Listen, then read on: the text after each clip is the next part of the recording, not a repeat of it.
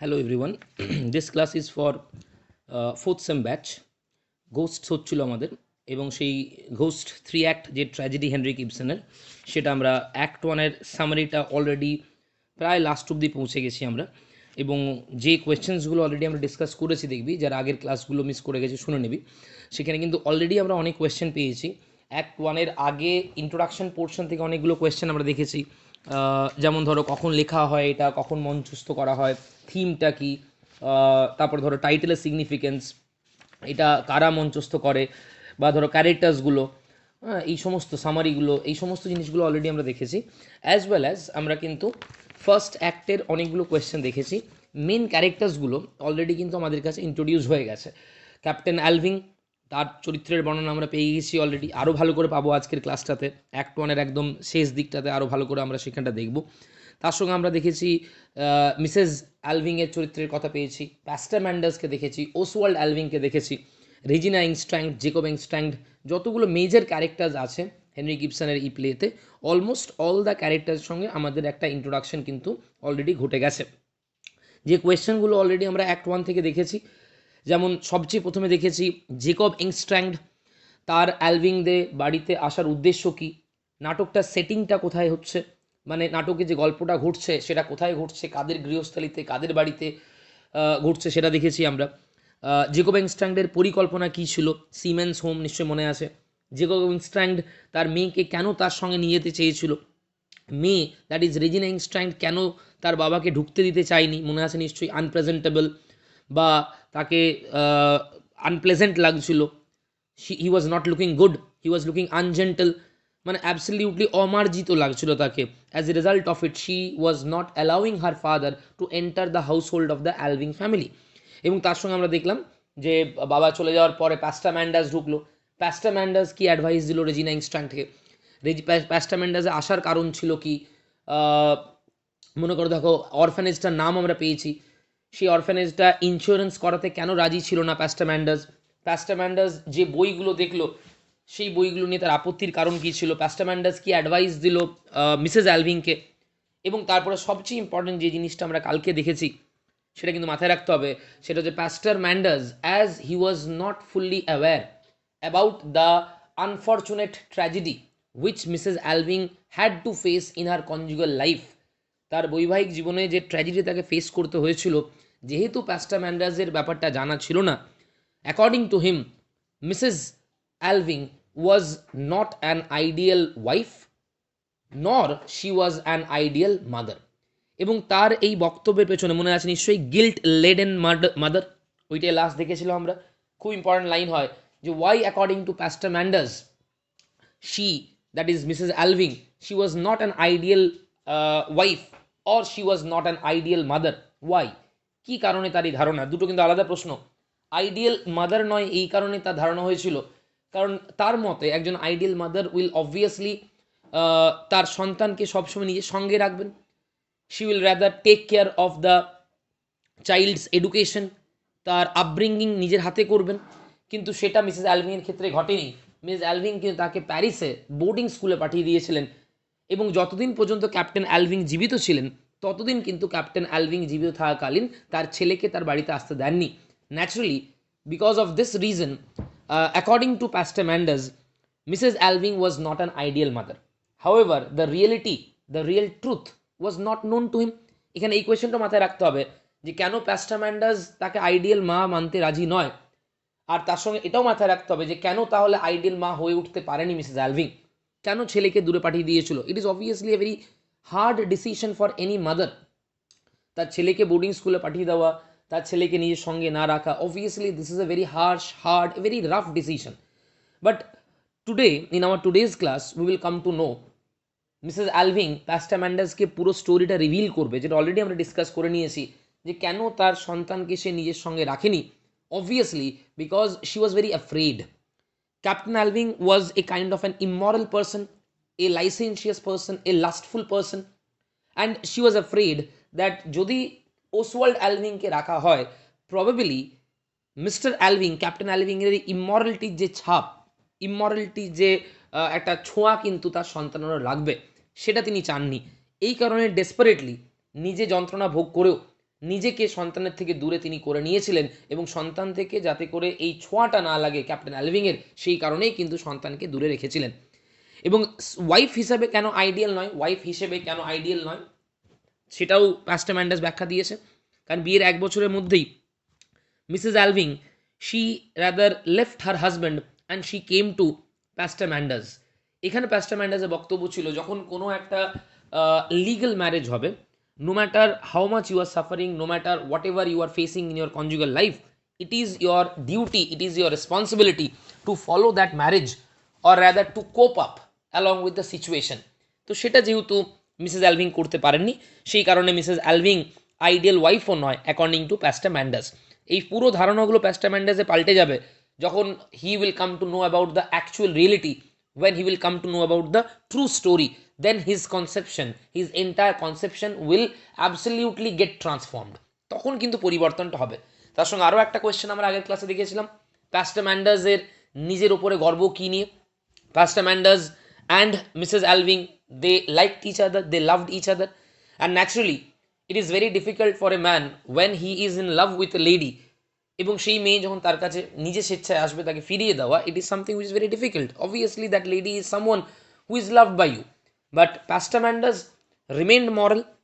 He knew very well that that lady, the lady loved by him, was already married to someone, and that is the reason why he controlled himself, he restrained himself, and তিনি নিজে মেয়েটিকে, that is Mrs. Alving কে ফেরত পাঠিয়ে দেওয়ার ব্যবস্থা করেছিলেন, and that is the reason why he is immensely proud about himself, about his morality, about his character, and about his nature. এই সমস্ত জিনিসগুলো কিন্তু আমরা আমাদের গতকালের ক্লাসে দেখে নিয়েছি। নাও ইন আওয়ার টুডেজ ক্লাস আমরা অ্যাক্ট 1 এর যে সামারির পরের পোর্শনটা আছে, লাস্ট পোর্শন যেটা, সেটা আমরা ডিসকাস করব এবং ভালো করে আরও আমরা কিন্তু স্টোরিটা জানতে পারবো। আমি বারে বারে বলে এসেছি যে অ্যাক্ট 1 যে কোনো ড্রামাটিস্টের ক্ষেত্রে কিন্তু খুব বড় একটা গুরুত্বপূর্ণ জায়গা, যেখানে অডিয়েন্সকে এবং রিডার্সকে পুরো গল্পটার থিম, ক্যারেক্টার্স, স্টোরি সমস্ত কিছু কিন্তু তাকে রিভিল করতে হবে অডিয়েন্সের কাছে, সমস্ত কিছু তাকে অডিয়েন্সকে জানিয়ে দিতে হবে, এবং সেটাই কিন্তু হচ্ছে। দেখ অলরেডি আমরা অরফেনেজটার নাম পেয়েছি, প্যাস্টার ম্যান্ডাস কেমন, রেজিনা ইংস্ট্রাইম কে, তার আসল আইডেন্টিটি কী, সব আমরা কিন্তু পেয়ে যাব। ক্যাপ্টেন অ্যালভিং কেমন ছিলেন, মিসেস অ্যালভিং কীভাবে সাফার করেছেন, এই অরফেনেজ খোলার কারণ কি, প্যাস্টার ম্যান্ডাসের মতে কেন গিলটি মাদার, কেন আসলে মা পাঠিয়েছিলেন, each and every details about the character, about the plot, about the theme of the story we will come to know from this first act of the play. দেখো নেক্সট চলে এসো summary পোর্শনটায়। ওই guilty লেডেন mother অবধি দেখেছিলাম আমরা, underline করেছিলাম, লাইনটা দেখবি। নেক্সট চলে আসবে মিসেস অ্যালভিং রিপ্লাইজ। এই জায়গাটা কিন্তু মিসেস অ্যালভিংয়ের কনফেশনটা আছে। এতদিন ধরে যে সিক্রেটটা, যে মিস্ট্রিটা তিনি নিজের কাছে লুকিয়ে রেখেছিলেন, সেই মিস্ট্রিটা, সেই সিক্রেটটা কিন্তু তিনি রিভিল করবেন প্যাস্টার ম্যান্ডাসের কাছে। ইম্পর্টেন্ট কোয়েশ্চেন হয়, what was the secret revealed by Mrs Alving in front of Pastor Manders, and obviously how did Pastor Manders react when he came to know about this secret, about this mystery? খুব মন দিয়ে দেখবি জায়গাটা। Mrs. Alving replies that these conclusions are unjust. Unjust মানে এটা কিন্তু ঠিক নয়, মানে the conclusions which you are making, এই যে I am not a perfect mother, I am not an ideal wife, এই যে তুমি একটা সিদ্ধান্তে উপনীত হয়ে যাচ্ছ, আমার সম্বন্ধে একটা তুমি জাজমেন্ট পাস করছো, এটা কিন্তু ঠিক নয়, এটা unjust, this is not correct. For Manders knew nothing of her life that moment on. সেই মুহূর্ত অবধি ম্যান্ডার্স তার জীবন সম্বন্ধে বেশি কিছু জানতো না, এবং সেই কারণে যখন তুমি আমার জীবন সম্বন্ধে বিশেষ কিছু জানো না, এই রকম পরিস্থিতিতে তুমি আমার সম্বন্ধে এই রকম মন্তব্য করছো, obviously it is not just, it is not fine, it is not correct. You should at least know about the reality. He must know now that my husband died just as great a profligate মানে characterless person, immoral person, as he had been all his life. মানে সারা জীবন ধরে একজন immoral person ছিলেন my husband, একজন lustful characterless person ছিলেন আমার husband, and he died also because of this immorality, because of this lustful nature of his. এই সত্যটা জানা দরকার প্যাস্টার ম্যান্ডাসের। only then he will realize why I took all these harsh decisions, এবং সেই কারণেই সে জানাচ্ছে। in fact she tells him A disease, মাথায় রাখবে এই ডিজিজটার নাম সিফিলিস বলেছিলাম, সেক্সুয়ালি ট্রান্সমিটেড ডিজিজ সিফিলিস। মাথায় রাখবি থিমটা কি বলেছিলাম মনে আছে? Incest, euthanasia, disease, religion. দেখ সেই থিমগুলো আমরা পাচ্ছি কিনা। For the first time Pastor Manders জানতে পারছে যে তার হাজব্যান্ড কোন ডিজিজে মারা গিয়েছিলেন বা তার হাজব্যান্ডের মারা যাওয়ার পিছনে সিক্রেটটা কি। এবং মাথায় রাখতে হবে এই সিক্রেটটা শুধুমাত্র প্যাস্টার ম্যান্ডাসকে জানানো হচ্ছে না, এটা হচ্ছে হেনরিক ইবসেন বা ড্রামাটিস্টে, যে কোনো ড্রামাটিস্টই যখন কোনো অডিয়েন্সকে ইনফরমেশন দিতে হয় তিনি তো আর এসে দেবেন না, তখন ক্যারেক্টার্সের কনভারসেশনের মাধ্যমে, তাদের কথোপকথনের মাধ্যমেই কিন্তু সেই ইনফরমেশনটা অডিয়েন্সকে প্রদান করা হয়। এখানেও দেখ আমাদেরকেও কিন্তু অ্যাকচুয়ালি ইনফরমেশনটা দেওয়া হচ্ছে যে how did captain Alving die, why did Mrs Alving take this harsh decision to send her son away, তার কাছ থেকে কেন দূরে সরিয়ে দিয়েছিলেন, কিভাবে মারা গেছেন, তার লাইফ কেমন ছিল, এই প্রত্যেকটা যে ইনফরমেশন এইগুলো অ্যাকচুয়ালি হেনরিক ইবসেন কি করছেন মিসেস অ্যালভিং আর প্যাস্টার ম্যান্ডাসের কনভারসেশনের মাধ্যমে তার অডিয়েন্সকে, তার রিডার্সদেরকে জানাচ্ছেন। দেখো ভালো করে দেখবি, in fact she tells him a disease he contracted, she tells him, that is she obviously Mrs Alving, him মানে অবশ্যই এখানে pastor Manders, and a disease he contracted, এই he contracted obviously captain Alving, অর্থাৎ ক্যাপ্টেন অ্যালভিং যে রোগে আক্রান্ত হয়েছিল এবং যে রোগের কারণে তাকে তার মৃত্যু পর্যন্ত হয়েছে, সেই রোগের খবর, সেই তথ্য, সেই ইনফরমেশন প্যাস্টার ম্যান্ডাসকে দিচ্ছে মিসেস অ্যালভিং। দেখো ফ্রম হিজ লাইফ লং এক্সেসেস মানে কি? অতিরিক্ত। তাহলে এখানে অতিরিক্ত কি? অতিরিক্ত লাস্টফুল লাইফ, ইমমরাল লাইফ। এই অতিরিক্ত লাস্টফুল লাইফ লিড করার জন্য সারা জীবন ধরে তাকে এই রোগটায় ভুগতে হয়েছিল এবং এই রোগের কারণেই তিনি আলটিমেটলি মারা গিয়েছিলেন, and this caused his death. Mander শোনার পরে, now just look at the reaction, এতদিন পরে ম্যান্ডাস যখন এই তথ্যটা জানবে, he will feel mesmerised, astonished, shocked, and he will feel absolutely shocked. Manders gropes for a chair, মানে সে হয় না দেখবি সিনেমায় সিরিয়াল দেখায়, ব্যক্তিগত জীবনের দিকে যখন কোনো হঠাৎ করে ভয়ঙ্কর কোনো খবর আমরা শুনি, আমরা সেই চেয়ারের উপর ধপ করে বসে পড়ি। এক্স্যাক্টলি ম্যান্ডাস চেয়ার খুঁজছে বসার জন্য, তার জন্য মাথা ঘুরছিল, he was not feeling easy, he was feeling unwell. Manders gropes for a chair when he hears this, to think all the years of our wedded life were nothing, underline করবি, but a hidden abyss of misery. যখন Manders পুরো ব্যাপারটা শুনছে তখন তার একটা আত্মগ্লানি, অপরাধ বোধ কাজ করছে যে আমি পুরো গল্পটা না জেনেই মিসেস অ্যালভিংকে, একজন গিল্ট লেডেন মাদার, একজন ইমপারফেক্ট ওয়াইফ, এতগুলো কথা তাকে বলেছি। অ্যান্ড নাও হি রিয়েলাইজেস যে এতগুলো জীবন, যে বৈবাহিক জীবন কাটাতে হয়েছে মিসেস অ্যালভিংকে, সেটা তার জন্য নারকীয় বা নরকীয় যে যন্ত্রণা, অ্যাবিস মানে অ্যাকচুয়ালি হেলিশ, মানে তার কাছে এটা একটা নরকীয় যন্ত্রণা, একটা নরকের মতন যন্ত্রণা ভোগ করতে হয়েছিল তাকে এই বৈবাহিক জীবনে, একটা মিজারেবল, দুর্দশাগ্রস্ত। আর হিডেন কেন? এই কারণে হিডেন, কারণ এটা তিনি কাউকে বলতে পারেননি, তাকে গোপনে, তাকে কুড়ে কুড়ে খেয়েছে এই যন্ত্রণাটা। এইরকম নরকীয় যন্ত্রণা তাকে সারা জীবন ভোগ করতে হয়েছে তার বৈবাহিক জীবনে। যখন এটা জানতে পারলেন pastor Manders, he was really shocked and astonished. Makes his brain reel মানে এখানে মাথা ঘুরছিল, মানে তার ব্রেন যেন ফাংশন করছে না, তার ব্রেন যেন সেই বলে না মাথা ঘুরে যাও, absolutely he was absolutely shocked, and it was not possible for him to give any kind of reaction also. মানে কি বলবে, কি করবে, কিচ্ছু খুঁজে পাচ্ছে না প্যাস্টার ম্যান্ডাস। ইম্পর্টেন্ট জায়গা কিন্তু, কোন সিক্রেটটা রিভিল করলো মিসেস অ্যালভিং প্যাস্টার ম্যান্ডাসের সামনে, সেই সিক্রেটটা শোনার পরে প্যাস্টার ম্যান্ডাস কীভাবে রিয়াক্ট করছে দেখো। মিসেস অ্যালভিং সেইজ, আরও বলছে, দ্যাট আর হাজব্যান্ড স্ক্যান্ডেলাস, এখনও তো আরও অনেক তথ্য বাকি। এতক্ষণ পর্যন্ত একটাই তথ্য দেওয়া হয়েছে যে এই ক্যাপ্টেন অ্যালভিং মারা গেছেন তার এই লাস্টফুল লাইফ লিড করার জন্য, যে সেক্সুয়াল ডিজিজ কন্ট্রাক্ট তিনি করেছিলেন তার কারণে তিনি মারা গেছেন।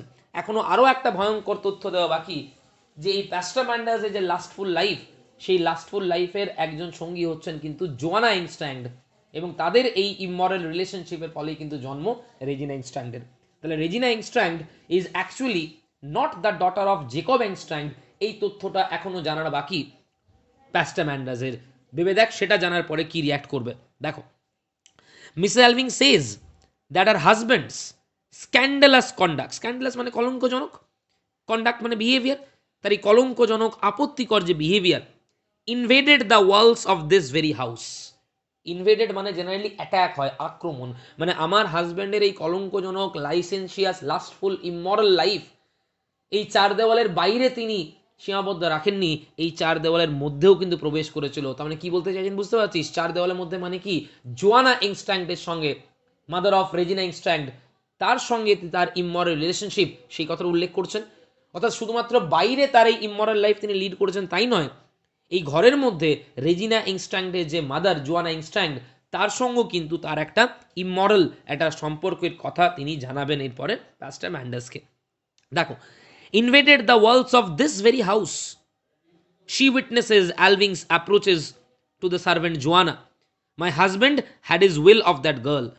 That means my husband and that girl, that is Joanna Ingstrand, they were engaged in an immoral relationship. She says, and that intimacy, ওই তাদের ঘনিষ্ঠতা, তাদের এই মানে ইলিগাল রিলেশনশিপ, অবৈধ সম্পর্ক, তার ফলাফলও ছিল। অ্যান্ড কি সেই ফলাফল? The birth of Regina Engstrand, the pregnancy of Joanna Ingstrand. Because of this immoral relationship between her husband and Joanna Ingstrand, Joanna became pregnant and Regina was conceived by Joanna. পুরো তথ্যটা আজকে জানাচ্ছে প্যাস্টার ম্যান্ডাসকে। Actually প্যাস্টার ম্যান্ডাসকে জানানো হচ্ছে না, আমি বারবার বলছি, এই ইনফরমেশনগুলো অডিয়েন্সকে জানানো হচ্ছে। আমাদের একটা আইডিয়া দিয়ে দেওয়া হচ্ছে ফার্স্ট অ্যাক্টের মধ্যেই যে ক্যাপ্টেন অ্যালভিং কেমন ছিলেন এবং কোন অর্থে এখানে ঘোষ টাইটেলটা অ্যাকচুয়ালি ইউজ করা হয়েছে। দেখো, Manders discovers later that the consequence have resulted in Regina, এবং সেই কনসিকুয়েন্সটার নাম কি? রেজিনা ইংস্ট্যান্ড। রেজিনা ইংস্ট্যান্ডকে কনসিভ করেছিলেন Joanna Engstrand, and the real biological father of Regina Engstrand was not Jacob Engstrand, rather the real father was captain Alving. দুটো secret তাহলে reveal করলো। First, তার হাজব্যান্ডের ইমমরাল লাইফ, তার হাজব্যান্ডের স্ক্যান্ডালাস লাইফ, এবং তার ফলে তার যে ডিজিজ তিনি কন্ট্রাক্ট করেন, যেটাই আলটিমেটলি তার মৃত্যুর জন্য দায়ী হয় সেটা, এবং ইমমরাল relationship along with Joanna Ingstrand and the birth of Regina Ingstrand. These two secrets were revealed by Mrs. Alving in front of Pastor Manders. এবারে যদি প্রশ্ন আসে যে কেন রিভিল করলো, অবভিয়াসলি তার মেন রিজন হচ্ছে একজন মহিলা সারাটা জীবন যিনি ট্র্যাজিক একটা লাইফ লিড করছেন because of her husband, because of the faults of her husband, এবং তারপর তাকে দোষারোপ পেতে হচ্ছে, তাকে দোষী হতে হচ্ছে, guilted and murder, imperfect wife, এইসব শুনতে হচ্ছে।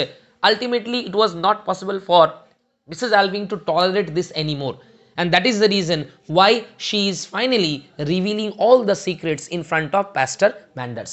এবং প্যাস্টার ম্যান্ডার্স কীভাবে রিয়াক্ট করলো দেখলাম, মানে সে শকড হয়ে গিয়েছিল।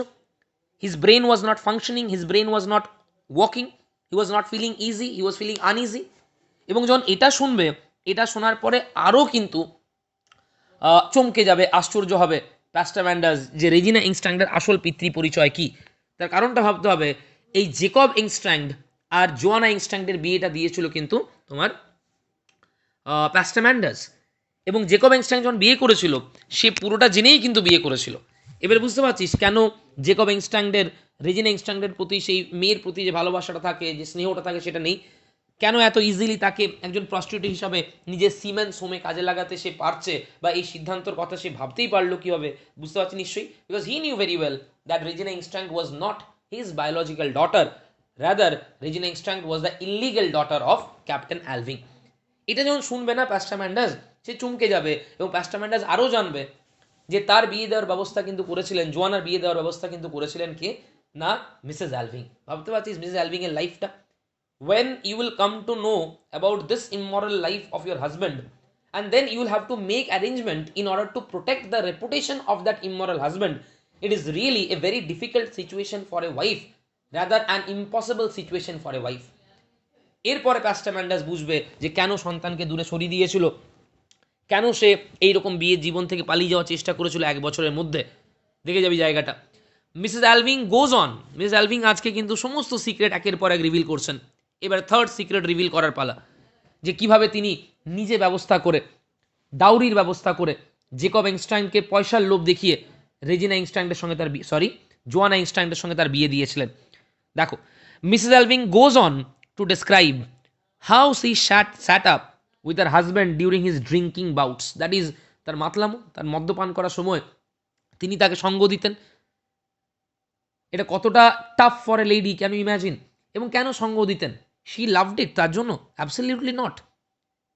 Any lady will not love this kind of act, যাতে করে তিনি বাইরে না যান, যাতে করে তার এই যে স্ক্যান্ডেল সম্বন্ধে অন্য কেউ জানতে না পারে। Desperately in order to protect the reputation, the honour, the prestige of the Alving family, she was bound to give company to her husband, being his companion, দেখ, so he would not leave the house to seek others, যাতে বাইরে না যায়, অন্য কারোর company না খোঁজে, অ্যালভিং পরিবারের যে সম্মানটা, যে রেপুটেশনটা, সেটা যাতে ক্ষুণ্ণ না হয়, সেই জন্য ডেসপারেটলি তাকে কিন্তু কোম্পানি দিতে হতো। এবার তুই ভেবে দেখ, কেন ঘোষ টাইটেলটা হবে না বল আমাকে? জীবিত অবস্থায় ক্যাপ্টেন অ্যালভিং সারা জীবন মানে ডিরেক্টলি ইনডাইরেক্টলি অত্যাচার করে গেছেন মিসেস অ্যালভিংয়ের প্রতি, এবং মারা যাওয়ার পরেও কিন্তু একাধিক ঘটনা ঘটবে যেখানে আমরা বলতে বাধ্য হব যে মারা যাওয়ার পরেও কিন্তু মিসেস অ্যালভিংয়ের জীবনে যে ট্র্যাজেডি, রেজিনার জীবনে যে ট্র্যাজেডি, ওসওয়াল্ডের জীবনে যে ট্র্যাজেডি, সেই সব কিছুর জন্য দায়ী কিন্তু captain Alving. And that is the reason, in this sense, in this symbolic sense, the title ghost is very appropriate. এই ছাড়া এর কোনো আইডিয়াল অ্যাপ্রোপ্রিয়েট টাইটেল হতেই পারতো না। দেখে যা কীরকম কনজুগাল লাইফ লিড করতে হয়েছিল, কীরকম একটা টর্চুয়াস লাইফ লিড করতে হয়েছে মিসেস অ্যালভিংকে সারা জীবন ধরে, এবং এখনও সেই ক্যাপ্টেন অ্যালভিংয়ের ভূত তাকে তাড়া করে বেড়াচ্ছে তার মৃত্যুর পরেও। জীবিত অবস্থায় অত্যাচারিত হয়েছেন, ইভেন মারা যাওয়ার পরেও কিন্তু সেই অত্যাচার চলছে। দেখে যাও, being his companion, so he would not leave the house to seek others. She has to listen to the ribald talk, that is অশালীন যে কথাবার্তা, অবভিয়াসলি ড্রিঙ্কিং বাউটস যেগুলো আমরা বলি, after drinking a drunkard will behave in a very rather rough manner, using slang languages, abusive languages, সেই সব সহ্য করতে হয়েছে তাকে দিনের পর দিন। With brute force bring him to bed. It is not easy for a lady to use physical power to carry a man towards his bed. Mrs অ্যালভিংকে সেটাই করতে হয়েছে, প্রত্যেক দিন তাকে মদ্যপানের সঙ্গ দিতে হয়েছে, তার যে স্ল্যাং ল্যাঙ্গুয়েজেস, অ্যাবিউজিভ ল্যাঙ্গুয়েজেস, তার ম্যাডনেস, সেগুলো টলারেট করতে হয়েছে, এবং তাকে আবার রাত্রিবেলা বিছানায় নিয়ে শোয়াতেও হয়েছে। Can you imagine? She endure all this, endure মানে টলারেট করা, সহ্য করা, for for for Oswald sake, তার সন্তানের খাতিরে তিনি এগুলো সহ্য করেছেন। Sending him to boarding school when he was old enough to ask question. এবার বুঝলি অ্যাকচুয়াল রিজনটা এবার পাচ্ছি আমরা এখানে, যে প্যাস্টার ম্যান্ডাসের মতে কেন পাঠিয়েছিল? কারণ দায়িত্বহীন মা, গিল্ডেডেন মাদার। আর আসল কারণটা এই জায়গায়, একবারে ছোটোবেলায় পাঠায়নি, যখন আস্তে আস্তে সে বড় হতে আরম্ভ করলো, ম্যাচিওর হতে আরম্ভ করলো, প্রশ্ন জিজ্ঞেস করার মতন, রিয়্যাক্ট করার মতন জায়গায় পৌঁছলো, সেই ম্যাচিউরিটি যখন সে পৌঁছলো অসওয়াল্ড, তখনই কিন্তু তাকে পাঠিয়ে দিয়েছিলেন বোর্ডিং স্কুলে। কারণ যদি কোনো সন্তান দেখে এই রকম একটা ফ্যামিলি কন্ডিশন, অবভিয়াসলি তার ইম্প্যাক্ট কিন্তু সন্তানের পড়বে, and it is absolute surety যে সেই ছাপ কিন্তু সন্তানের উপরেও পড়বে। As a result of it, out of this fear, because of this fear, desperately Mrs Alving তাকে বোর্ডিং স্কুলে পাঠিয়ে দিয়েছিলেন, যাতে এই ছাপটা না পড়ে, এই ইমরলিটি লাইফ যেটা তার ফাদার লিড করে, যাতে সন্তানের উপরে সে না পড়ে। দেখো লোকর, দেখো, as long as his father was alive, Oswald never set foot in the house. দেখেছিস, যতদিন ওসওয়াল্ড ক্যাপ্টেন অ্যালভিং বেঁচে ছিলেন, কোনো দিনও কিন্তু ওসওয়াল্ড অ্যালভিংকে বাড়িতে পা রাখতে দেয়নি Mrs Alving. Do you think this is very easy for a mother? নিজের থেকে নিজের সন্তানকে দূরে সরিয়ে রাখা। A mother can, a lady can tolerate everything is life, but she can't tolerate this separation from her son, and she had to tolerate this. We can imagine why she tolerated this, just only for the sake of the betterment, for the future of her son. Now realize যে কেন ঘোষ টাইটেলটা হয়েছে। এখনও তো অনেক কিছু বাকি। যখন সিফিলিস রোগটা ছেলেরও হবে, ভেবে দেখবি তখন মায়ের কি মনে হবে, যে মারা যাওয়ার পরেও কিন্তু শান্তি দেয়নি ক্যাপ্টেন অ্যালভিং। যখন সে অরফেনেজটা আগুন লেগে যাবে, ভেবে দেখ তখন কি হবে। তখন মনে হবে মারা যাওয়ার পরেও কিন্তু তার কলঙ্ক যেন ঈশ্বরও তার নামে এই অরফেনেজ যেন মানতে রাজি নন। যখন ওসওয়াল্ড জানবে তার বাবার জন্য তার এই রোগ, ভেবে দেখবি তখন তার কি মনে হবে। যখন রেজিনা জানবে যে she is actually the illegal child of captain Alving, এবং তার যে স্বপ্ন ছিল ওসওয়াল্ডের সঙ্গে রিলেশনশিপ, সেটা যখন শ্যাটার্ড হয়ে যাবে, তার কি মনে হবে বল আমাকে। তাহলে প্রত্যেকটা ক্যারেক্টার যদি আমরা বলি, এই ড্রামাতে, এই ট্র্যাজেডিতে তারা ডাইরেক্টলি অর ইনডাইরেক্টলি অ্যাফেক্টেড হচ্ছে because of the dead captain Alving. And from this angle, এই পয়েন্ট অফ ভিউ থেকে the title is absolutely appropriate. Let us come to the next paragraph. Besides thoughts of her son, she also had her work to sustain her. তা নিজেকে অনেক কাজ করতে হয়েছিল, আরও কী কী কাজ দেখ। To be sorted, to be useful. Be sorted মানে বুদ্ধহীন। Her husband depended on her to keep him in touch with the works during his lucid intervals. অর্থাৎ ক্যাপ্টেন অ্যালভিং তো একটা মত্ত লাইফ লিড করতেন, তাহলে হাউস হোল্ড যে business, তাদের যে কাজকর্ম, হাজব্যান্ডের যে ডিউটি, সেই রেসপন্সিবিলিটিসকে পূর্ণ করতেন বল, সেগুলো কিন্তু মিসেস অ্যালভিংকেই পূর্ণ করতে হতো। Can you imagine the life led by Mrs Alving? একদিকে মত্ত হাজব্যান্ডকে সামলানো, তার মাতলামোকে সহ্য করা, তাই কোম্পানি দেওয়া, সন্তান থেকে দূরত্ব, তার ইমমরাল যে রিলেশনশিপ সেগুলো জানা সত্ত্বেও তাকে মেনে নেওয়া, এবং সবচেয়ে ডিফিকাল্ট এই সিক্রেটগুলো কাউকে রিভিল করা চলবে না। ডেসপারেটলি অ্যালভিং পরিবারের যে রেপুটেশন সেটাকে বজায় রাখার জন্য তাকে মুখ বুজে কিন্তু এইগুলোকে চেপে যেতে হবে। Just imagine, she improved and arranged all his properties, and she is converting his share of the estate into Captain Alving orphanage. বুঝতে পারছিস? এইবারে বোঝার চেষ্টা কর। এখানে অ্যান্সার পেলাম আমরা যে কেন ক্যাপ্টেন অ্যালভিং অরফানেজ বানানো হচ্ছে। লাইনটা দেখ আবার, she is converting his share of the estate, অর্থাৎ এই সম্পত্তির যে ভাগটা ক্যাপ্টেন অ্যালভিংয়ের, সেই পুরো ভাগটা কিন্তু ওই ক্যাপ্টেন অ্যালভিং অরফানেজ বানাতে সেটাতে খরচা করে দেওয়া হচ্ছে। তার রিজনটা আমরা বলেছিলাম, দুটো reason. First reason, important question কিন্তু, ফার্স্ট রিজন যে তিনি চাননি তার ইমমরাল হাজব্যান্ডের কোনো অর্থ তার সন্তান ইউজ করুক, অর্থাৎ অন্যায় পথে ইমমরাল লাইফ লিড করে যে টাকা উপার্জন করেছেন সেই টাকা তার সন্তান ইউজ করুক, সেটা চাননি, number one reason. And number two reason, অবশ্যই যাতে করে ক্যাপ্টেন অ্যালভিং যে পরিবারে বিলং করেন সেই অ্যালভিং পরিবারের রেপুটেশন যাতে করে সেই অঞ্চলে, সেই রিজিয়নে যাতে বজায় থাকে, সেই জন্য তার পয়সা দিয়ে বানানো। তাহলে একটা জিনিসের দুটো একসঙ্গে উদ্দেশ্য পূর্ণ হচ্ছে, সে টাকাও ইউজ করতে হলো না, অ্যালভিংয়ের পরিবারের যে রেপুটেশন সেটাও বজায় রাখা গেল। দেখো, she is converting his share of the estate into captain Alving orphanage. By this gesture she hopes to silence all rumours and clear away all doubt. যেটুকু কানাঘুষো ছিল ক্যাপ্টেন অ্যালভিং সম্বন্ধে, যেটুকু সন্দেহের একটা বাতাবরণ ছিল ক্যাপ্টেন অ্যালভিং সম্বন্ধে, তার চরিত্র নিয়ে, সেটাও পুরোপুরি ক্লিয়ার হয়ে যাবে যদি এই কাজটা আমি করি। হোয়াট এ গ্রেট জেস্টার, ভেবে দেখেছিস? দেখো, as to the truth of her husband's life, তার হাজব্যান্ডের জীবনে সত্য নিয়ে যেটুকু ডাউট, যেটুকু রিউমার হচ্ছে সেটুকু ক্লিয়ার হয়ে যাবে। None of his father's estate, দেখে নে, shall pass on to Oswald. দেখেছিস, আমার হাজব্যান্ডের কোনো সম্পত্তি সামান্যতম অংশটুকু আমার ছেলেকে আমি ইউজ করতে দেবো না। আন্ডারলাইন করবি লাইনটা, my son shall have everything from me. এই লাইনটা যদি কোয়েশ্চেন পড়ে ধর, who said this to whom, my son বলতে কার কথা বলা হয়েছে এবং কেন এই কথাটা বলা হয়েছে? আমার ছেলে যদি কোনো সম্পত্তি ভোগ করে, আমার ছেলে যদি কোনো কিছু নেয়, সেটা আমার নেবে, তার বাবার কোনো জিনিস যেন তাকে নিতে না হয়, এইরকম একটা ডেসপারেশন কিন্তু আমরা মিসেস অ্যালভিংয়ের মধ্যে দেখছি। অ্যান্ড কেন এই ডেসপারেশন, তার রিজনও পেয়েছি নিশ্চয়ই আমরা। দেখো, ভাব, যখন প্যাস্টার ম্যান্ডাস এগুলো শুনছে তার মনের মধ্যে কি চলছে, কারণ এগুলো একটাও তার জানা নয়। এই রোগের কথা জানা নেই, ইমমরাল লাইফের কথা জানা নেই, সন্তানকে দূরে রাখার ডিসিশন কেন সেটা জানা নেই, 1 বছরের মধ্যে পালিয়ে গিয়েছিলেন কেন মিসেস অ্যালভিং তার কাছে সেটা তার জানা ছিল না, এত বড় রিজনটা। রেজিনা ইনস্ট্যান্টের যে জন্মবৃত্তান্ত সেটা জানা ছিল না। ক্যাপ্টেন অ্যালভিং অরফানেজ অ্যাকচুয়ালি তিনি কেন চালু করতে চাইছিলেন সেই সিক্রেটটা জানা ছিল না। ইভেন এখনও আরেকটা বড় সিক্রেট বাকি জানা প্যাস্টার ম্যান্ডাসের, যে এই যে বিয়েটা হয়েছিল জোয়ানা ইনস্ট্যান্টের জেকব ইনস্ট্যান্টের সঙ্গে, এই বিয়ের পেছনেও কিন্তু মেন ভূমিকা পালন করেছিলেন মিসেস অ্যালভিং। মিসেস অ্যালভিং জেকব অ্যাংস্ট্রাংকে তোমার অর্থের প্রলোভন দিয়ে, ডাউরি দিয়ে এই বিয়েতে রাজি করিয়েছিলেন, সেই সত্যটা জানতে পারবেন। Grumbling at this everlasting rain, Oswald returns from his walk. তাহলে এই কনভারসেশন, এই মিস্ট্রি যে রিভিলেশন বা সিক্রেট যে রিভিলেশন, সেটা এই অবধি হলো, ক্লিয়ার হয়েছে। এখনও সিক্রেট কিছু বাকি আছে। গ্রাম্বলিং অ্যাট দ্য এভারলাস্টিং রেইন মানে ওসওয়াল্ড বাইরে গিয়েছিল একটু পাইচারি করার জন্য, কিন্তু এভারলাস্টিং রেইন, সারাক্ষণ বৃষ্টি। আমরা দেবী বলেছিলাম, এলিজি পড়েছি নিশ্চয় মনে আছে, একটা ট্র্যাজেডি বা একটা স্যাড কোনো একটা স্টোরি যদি আমরা পড়ি, তার জন্য উপযুক্ত পরিবেশ কিন্তু রচনা করতে হয়।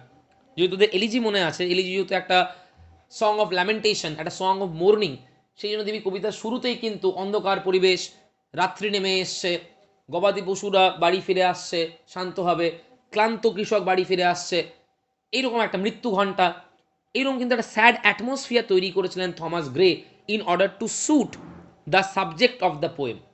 এক্স্যাক্টলি এটাও মাথায় রাখবে একটা ট্র্যাজেডি, একটা দুঃখের, যন্ত্রণার, একটা অসহায়তার গল্প।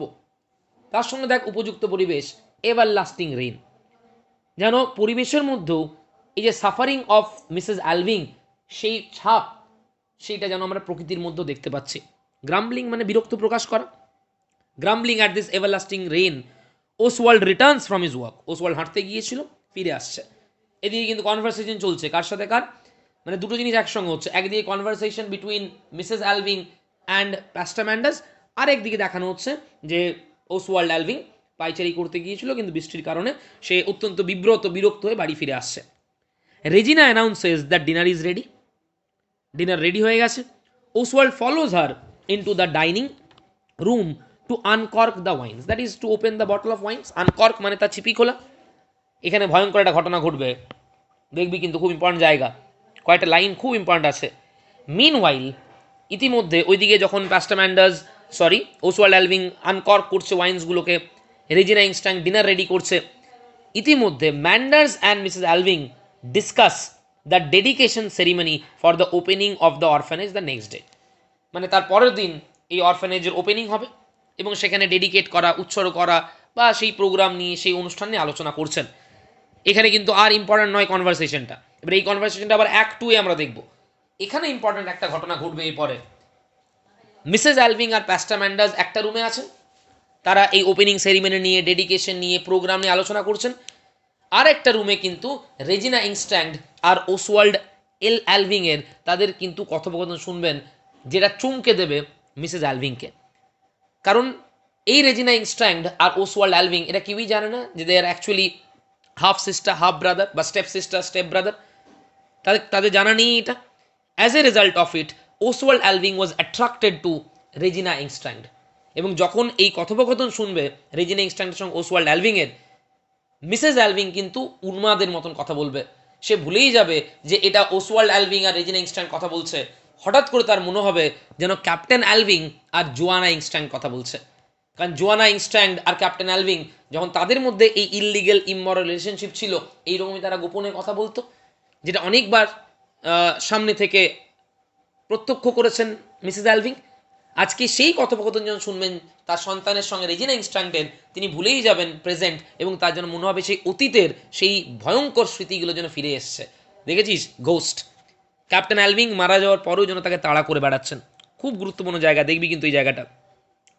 She regards the occasion as the end of this long dreadful comedy. আন্ডাই কেউ রাখবি, মানে তার মতে, তিনি এখনো জানেনই না যে এখন অনেক কিছু বাকি। তার মতে, মিসেস অ্যালভিংয়ের মতে, এতদিন ধরে যে ভয়ঙ্কর তিনি একটা কমেডির শিকার, দেখ কমেডি কথাটা এখানে আইরনিক্যালি ইউজ করা হয়েছে, মানে তিনি বলতে চাইছেন আমার জীবন, আমার ভবিষ্যৎ একটা হাস্যকর একটা জোকে পরিণত হয়েছে। তো এতদিনের এই যে সাফারিং, এই যে ড্রেডফুল স্টোরি, এই যে মিজারেবল কন্ডিশন, সেটা কালকে গিয়ে শেষ হবে। তার ধারণা ছিল এই অরফেনেজ ওপেন করা হবে, অ্যান্ড অবভিয়াসলি ক্যাপ্টেন অ্যালভিংয়ের সমস্ত স্মৃতি ভুলে গিয়ে নতুন করে তার সন্তানকে তিনি বাঁচবেন। এখন অনেক কিছু ঘটা বাকি, অ্যান্ড তিনি রিয়েলাইজ করবেন যে এখনও পর্যন্ত কিন্তু ক্যাপ্টেন অ্যালভিংয়ের ঘোস্ট তাকে তাড়া করার ব্যাপারটা কিন্তু শেষ হবে না, রাদার সেটা চলতেই থাকবে। তো এইরকম যখন কথাবার্তা হচ্ছে, একটু রিল্যাক্সড যখন মিসেস অ্যালভিং, যে অন্তত কালকে গিয়ে এই ভয়ঙ্কর আমার যে জীবনের গল্প সেটা শেষ হবে, ওপেনিং হয়ে যাবে সেরিমনি যখন, বা এই অ্যালভিং অরফানেজ যখন স্টার্ট হয়ে যাবে, after which she shall feel as if the dead husband had never lived here. মনে হবে যেন আমার হাজব্যান্ড কোনোদিন ছিলই না মনে হবে। Then there will be no one else here but my boy and his mother. তখন আর আমাদেরকে বিব্রত করার কেউ থাকবে না, আমি এবং আমার সন্তান আমরা হ্যাপিলি লাইফ লিড করব। মানুষ পরিকল্পনা করে এক আর হয় আরেক রকমের। এখানে ঘোস্টের টাইটেলটা আরও ভালো করে বেরিয়ে আসবে। She dreamt that she would rather free herself from the memory of her husband and she will lead a happy, relaxed life along with her child. But unfortunately, this is not the will of God. দেখে যায় পর কি হবে। She declares, they hear, সঙ্গে সঙ্গে যখন এইসব কথাবার্তা চলছে, তখন কিন্তু একটা আওয়াজ শোনা যাচ্ছে, একটা যেন একটা যেন কনফ্লিক্ট, কেউ যেন কাউকে জোর করার চেষ্টা করছে, সেরকম একটা আওয়াজ শোনা যাচ্ছে। দে হিয়ার কোয়াইট স্কাফেল মানে ধস্তাধস্তি হচ্ছে জানো, ফ্রম দ্য নেক্সট রুমে কে আছে বুঝতে পারছিস, রেজিনা ইনস্ট্যান্ট আর আর ওসওয়াল্ড অ্যালভিং, সেই রুম থেকে একটা ধস্তাধস্তির আওয়াজ শুনতে পেল তারা। অ্যান্ড দেন রেজিনাস হুইসপার, রেজিনা বলছে Oswald are you mad, let me go. ভেবে দেখবি এই যে লাইনটা, এটা কার বলা? রেজিনার বলা। প্রবাবলি আমরা সিনটা আন্দাজ করতে পারছি যে Oswald Alving felt attracted towards Regina Engstrand, as a result of it he was trying to embrace her, or he was trying to rather showcase his love towards her. তো সেক্ষেত্রে রেজিনা ইনস্ট্যান্ট নিজেকে ছাড়ানোর চেষ্টা করছিল এবং তাকে বলছে আর ইউ ম্যাড, পাগল হয়ে গেছো, let me go. Obviously this is not the correct moment, this is not the correct situation, let me go. এটা শোনার পরে the way how Mrs Alving will react, যেন ভূত দেখে নিয়েছেন তিনি। আসলে ঠিক এইরকমভাবেই তিনি বহুবার কথা শুনেছেন আড়াল থেকে, কাদের মধ্যে বুঝতে পারছিস, ক্যাপ্টেন অ্যালভিং আর জোয়ানা ইনস্ট্যান্টের মধ্যে। তো হঠাৎ করে সেই রকম কথা শোনার পরে তিনি এক মুহূর্তে যেন ভুলেই যাবেন যেন এটা তার সন্তানের সঙ্গে রেজিনার কনভারসেশন, তার মনে হবে যেন তার ডেড হাজব্যান্ড ফিরে এসছে এবং তার সঙ্গে কনভারসেশন চলছে জোয়ানা ইনস্ট্যান্টের। That is the ghost of captain Alving, সেটা যেন তাকে তাড়া করে বেড়াচ্ছে। দেখ, হরার স্ট্রাক মানে বুঝতে নিশ্চয়ই আতঙ্কগ্রস্ত। কে আতঙ্কগ্রস্ত? মিসেস অ্যালভিং।